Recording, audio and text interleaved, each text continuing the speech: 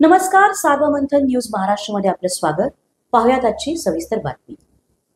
राहुरी शहरातील शुक्लेश्वर चौकातील हरिओम राजस्थानी मिठाईवाल्याकडून सर्वसामान्य नागरिकांची आर्थिक लूट होत असून या मिठाईवाल्यांकडे 10 ते 15 दिवसाचे शिळे दुग्धजन्य पदार्थ ठेवून नागरिकांच्या जीवाशी खेळत असून या हरिओम मिठाईवाल्या विरोधात अन्न व औषध प्रशासनाकडे तक्रार यापूर्वी करण्यात आली असून या मिठाईवाल्यावर प्रशासनाने कारवाई करण्यात यावी अशी मागणी आरपीआयचे तालुका अध्यक्ष विलास साळवे यांनी केली आहे.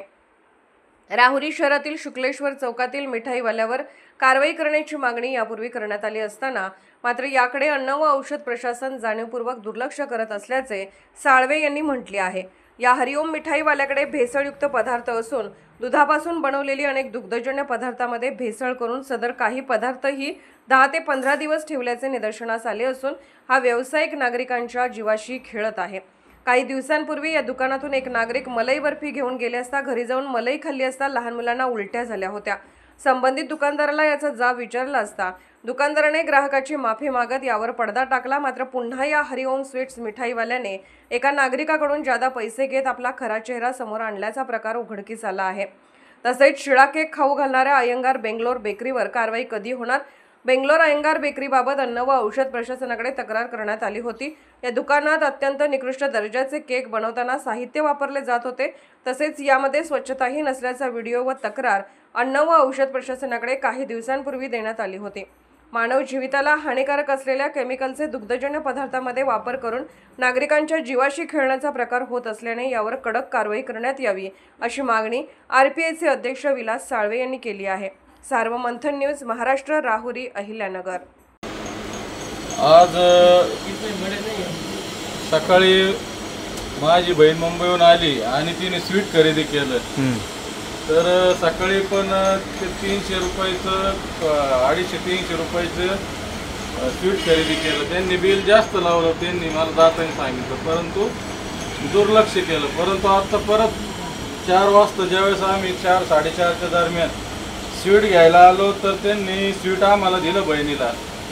तर त्यावेळेस त्यांनी ते स्वीटचं हे बिल दिलेलं आहे. याच्यामध्ये कुठल्याही प्रकारचं नंबर रजिस्ट्रेशन नंबर नाही किंवा कुठल्याही प्रकारचं वगैरे काहीच नाही.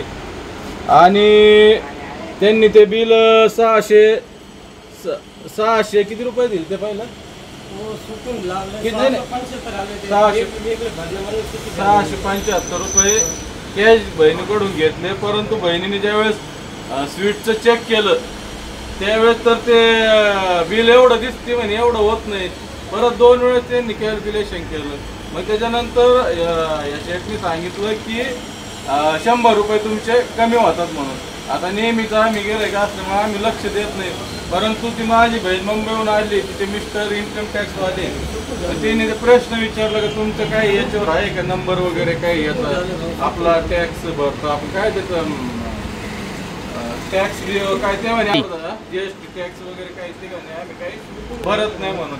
त्याच्यामुळं गेल्या काही दिवसापूर्वी मी यांची तक्रार केली होती याच्या अन्न भेसळवाल्यांकडे की राहुरीमध्ये अशी काही दुकानं आहे का त्यांचं चेक करावं. बऱ्याच दिवसाचा हा जो माल आहे हा किती दिवसाचा आहे कोणीच सांगू शकत नाही. एवढा माल भरलेला आहे. यांना 48 तासाची किंवा 2-3 दिवसाची असते. 15 दिवसाचा महिनाभराचा हा माल राहतो अशी आमची तक्रार आम्ही याच्या अन्न भेसळ आयुक्ताकडे केली होती नगरला. परंतु त्यांनी चिरीमिरी देऊन ते प्रकरण तिकडंच येऊ न गेले तरी आम्हाला खबर नाही. त्यामुळं मी राहुरी शहरवासियांच्या वतीने यांना आपण पत्रकारितेच्या माध्यमातून तुम्ही आवाज उठवा की जे स्वीटचे केकचे दुकान असं यांची अन्न भेसळ मार्फत चौकशी व्हावी आणि हे जे बिल देत आहेत याच्यावर कुठल्याही प्रकारचं काहीच याचं हे नाही शासकीय याचं. त्यामुळं यांची चौकशी होऊन यांच्यावर कारवाई व्हावी हीच मी सर्व राहुरी शहरवासियांच्या वतीने मागणी करतो. सार्वमंथन न्यूज महाराष्ट्राला लाईक करा, शेअर करा, सबस्क्राईब करा.